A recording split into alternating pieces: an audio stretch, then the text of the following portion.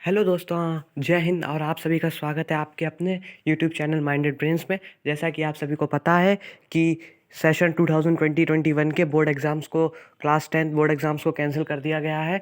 तो आज से हम ऑफ क्लास 10 सेशन 2021 और 22 के लिए नया सिलेबस स्टार्ट कर रहे हैं। तो आज का हमारा सबसे पहला चैप्टर हम जो ले रहे हैं वो है क्लास 10 हिंदी का क्षितिज चैप्टर नंबर 1 सूरदास के पद।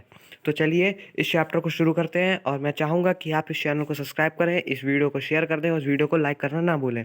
तो चलिए शुरू करते हैं। सबसे पहले इसमें हम पढ़ेंगे सूरदास जी के जन्म के बारे में। ये सूरदास जी का कवि परिचय ये आपकी एनसीईआरटी बुक से लिया गया है। सूरदास जी का जन्म सन 1478 में माना जाता है। ये एक मान्यता के अनुसार उनका जन्म मथुरा के निकट रुनकता या रेणुका क्षेत्र में हुआ, जबकि दूसरी मान्यता के अनुसार उनका जन्म स्थान दिल्ली के पास से ही माना जाता है।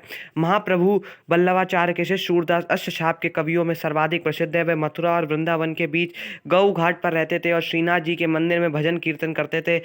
सन 1583 में पारसौली में उनका निधन हुआ। उनके तीनों ग्रंथों सूरसागर, साहित्य लहरी और सूरसरावली में सूरसागर ही सर्वाधिक लोकप्रिय हुआ। खेती और पशुपालन वाले भारतीय समाज का दैनिक अतरंग चित्र और मनुष्य की स्वाभाविक वृत्तियों का चित्रण सूर की कविता में मिलता है। सूर वात्सल्य और श्रृंगार के श्रेष्ठ कवि माने जाते हैं। कृष्ण और गोपियों का प्रेम सहज मानवीय प्रेम की प्रतिष्ठा करता है। सूर ने मानव प्रेम की गौरव गाथा के माध्यम से सामान्य मनुष्यों को हीनता बोध से मुक्त किया, उनमें जीने की ललक पैदा की। उनकी कविता में ब्रज भाषा का निखरा हुआ रूप है। वह चली आ रही लोक गीतों की परंपरा की ही श्रेष्ठ कड़ी है।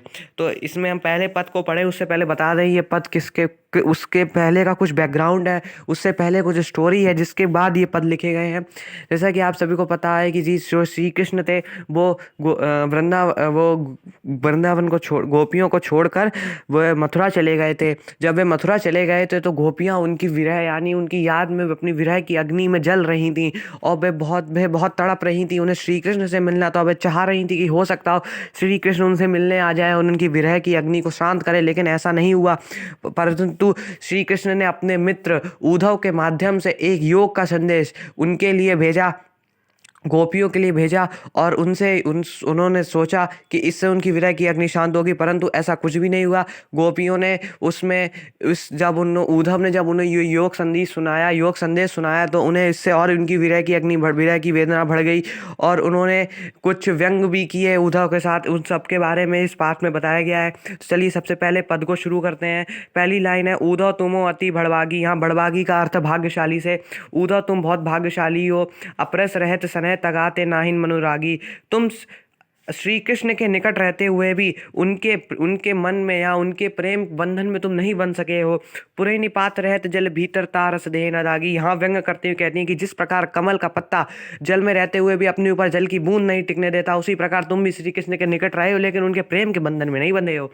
जो जल माँ तेल की गागरी बूंद न ताको लागी। फिर दोबारा व्यंग करती हुई कहती जिस प्रकार तेल की गगरी में जल की बूंद घुल नहीं पाती, उसी प्रकार तुम भी श्री कृष्ण के प्रेम में नहीं घुल मिल सके हो। प्रीति नदी में पाऊ न बोरे, दृष्टि न रूप रागी। तुमने कभी प्रेम की नदी में अपने पैर को बोरा ही नहीं है, कभी उसमें डाला ही नहीं है, इसलिए तुम श्री कृष्ण के तुमने अभी प्यार को देखा ही नहीं है। सूरदास जी यहाँ बता रहे हैं कि गोपियाँ कह रही हैं अबला अम्भोरी गुर चढ़, अब बता रही हैं कि हम तो अबला नारी हैं और हम तो श्री कृष्ण से इस प्रकार प्रेम करती हैं जिस प्रकार गुड़ पर चींटी लिपट जाती है। ये उस प्रकार से गोपियाँ श्री कृष्ण से प्रेम करती हैं। ये आपका पहला पद मैंने बता दिया और इसके भावार्थ की पीडीएफ आपको नीचे डिस्क्रिप्शन बॉक्स में प्रोवाइड कर दी गई है। अगर आपको कुछ भी प्रॉब्लम होती है तो आप मुझे कमेंट सेक्शन में बता सकते हैं। सेकंड पद पे चलते हैं कि मन की मन ही मांझ रही, कहिए जाई कौन पे उदो ना ही परत कही। गोपियाँ कहती हमारी तो मन में हमारी जो इच्छा थी वो तो हमारी मन में ही रह गई। कहिए जाई कौन पे उदो ना ही परत। आप जो आए हमें इससे कोई भी फायदा नहीं हुआ। अवधि आधार आशा वन की तन मन। हम तो श्री कृष्ण के आने के लिए अपने तन मन में बहुत सारी व्यथाओं को सह रहे थे। हमें आसार थे कि वो आएंगे। अब इन जोग संदेश सुनी बिरहनी बिरादही। अब इन जोग संदेश को सुनकर हमारी विरह की अग्नि और बढ़ा रही है। चाहती हुती गुहार जितई ते उतई थे। हम तो जिधर से हम चाहते थे कि हमारी जहाँ से हमें मदद मिले, जहाँ से हमें रक्षा हो, जहाँ से हमारी विरह की अग्नि कम हो, हमें तो वहीं से ही वहीं से हमें ऐसा योग संदेश मिला जिससे हमारी और तड़प रहे हैं, हमारी और विरह की अग्नि बढ़ रही है। सूरदास जी फिर कहते हैं कि अब धीर धराई क्यों मर्यादा ना रही। गोपियाँ सूरदास जी बताते हैं कि गोपियाँ कह रही हैं कि अब वह मर्यादा क्यों रहे, वह अब धीर क्यों धारण करें अब, क्योंकि मर्यादा न रही। यह मर्यादा से कि प्रेम की मर्यादा वादा को श्री कृष्ण जी ने तोड़ दिया है। तीसरी लाइन है, हमारे तीसरा पद है, हमारे हरि हारिल की लकड़ी, मन क्रम वचन नंद नंदन उरिय द्र करी पकड़ी। यहाँ एक हारिल पक्षी के बारे में बताया गया। हारिल पक्षी वह पक्षी होता है जो सदैव अपने हाथों में, अपने अपने पंजों में एक लकड़ी को दबाए रहता है। तो गोपियाँ अपने आप को हारिल की हारिल बताती हैं कि वो कहती हैं कि वह जिस प्रकार हारिल का पक्षी सदैव अपने पैरों में लकड़ी को पकड़े रहता है, उसी प्रकार वह भी श्री कृष्ण के प्रेम, श्री कृष्ण को अपने दिल में प्रेम में उन्होंने पकड़ रखा है।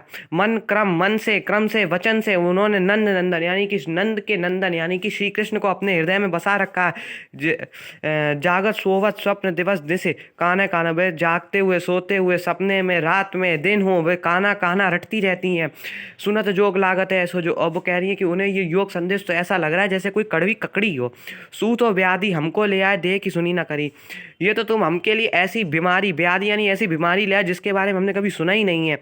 ये तो सूर तिनही ले सौंपो जिनके मन चक्री। वे कह रही है कि सूर, गोपियाँ, सूरदास जी बता, गोपियाँ कह रही है तो तुम उनको ही दे दो जिनका मन चंचल हो, जिनका मन एक जगह ना टिकता। हम तो, हमारा मन तो स्थिर है, हम तो सिर्फ श्री कृष्ण के प्रेम के बने हुए हैं, हमारे ऊपर इन योग संदेशों का कुछ भी असर नहीं होगा। अब चौथा है, हरि यह राजनीति पढ़ी आए, समुझी बात कहते मधुकर के समाचार पढ़ाए। गोपियाँ कहती हैं कि अब तो श्री कृष्ण ने राजनीति पढ़ ली है, इसीलिए तो मधुकर, यहाँ मधुकर के लिए यहाँ पे मधुकर उद्धव जी को बताया जा रहा है कि वह मधुकर हैं। जिस प्रकार भ्रमरा एक फूल से दूसरे, वैसे ही उद्धव जी भी श्री कृष्ण से योग संदेश लेकर यहाँ गोपियों को सुनाने आ गए हैं कि वे कहते हैं कि इसलिए मधुकर समझ के ही आप सब आपको उन्होंने समाचार हमें आपसे, मधुकर से हमें उद्धव जी समाचार ये सब पाए हैं हमने। एक कते चतुर होते हैं पहले ही, अब गुरु ग्रंथ, पहले वैसे तो श्री कृष्ण पहले से ही बहुत चतुर थे, अब तो उन्होंने गुरु ग्रंथ भी पढ़ लिया, अब तो वो और भी चतुर हो गए हैं। बड़ी बुद्धि जानी जो उनकी जोग संदेश पढ़ा, उनकी बुद्धि है, उनकी बहुत बड़ी बुद्धि है, इसलिए उन्होंने जोग संदेश भेज दिया, खुद नहीं आए। उद्धव भले लोग आगे के पर ही ढोलट डाए। और गोपियाँ उन पर फिर व्यंग करती हैं, उद्धव से कहती हैं कि पहले के लोग तो कितने भले होते थे, दूसरों के हित के लिए इधर से उधर रूलते थे, आप तो हमारी विरह की अग्नि को बढ़ाने के लिए, हमें तड़पाने के लिए, और आप योग संदेश को लेकर यहाँ पे आ गए। अब अपने मन फेर पाएंगे, चलो तो उधर चराए। अब गोपियाँ कहती हैं कि जाइए आप श्री कृष्ण से कह दीजिए जाके, जब वे मथुरा जा रहे थे और हमारा मन चुरा कर ले गए थे, पहले उस मन को वे वापस करें हमारे। त्यों के अनीति करे आप उन जे और अनीति छुड़ाए। अब वो कह रही है कि जो पहले दूसरों को अनीति से छुड़ाते थे, दूसरों को गलत अनीति छुड़ाया करते, अब वे खुद ही अनीति कर रहे हैं। राजधर्म तो यह है सुर जो प्रजा। अब गोपियाँ कहती हैं कि राजधर्म तो यह है जो राजा का धर्म तो यह है जो अपनी प्रजा को ना सताए। यहाँ तो श्री कृष्ण अपने ही प्रजा को यानी कि गोपियों को सता रहे हैं। ये इसी तरीके से हमारे ये चैप्टर नंबर 1 कंप्लीट हो चुका है।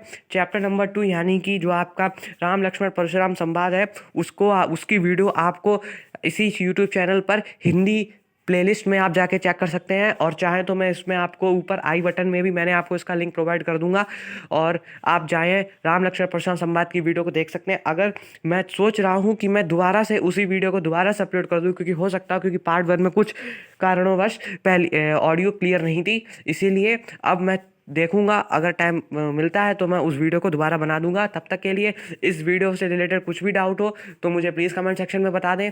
तब चैनल को सब्सक्राइब करना ना भूलें, वीडियो को शेयर करें, और भावार्थ की पीडीएफ नीचे डिस्क्रिप्शन बॉक्स में प्रोवाइड कर दी गई है। जय हिंद, जय भारत।